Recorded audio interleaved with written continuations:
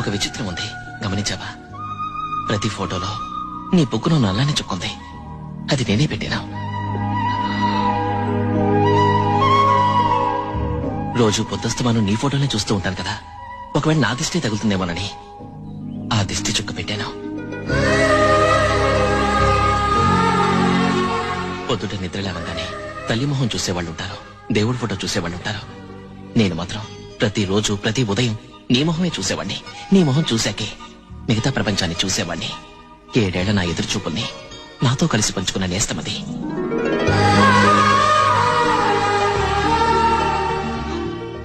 ఎప్పటికైనా నువ్వు నాదానివే.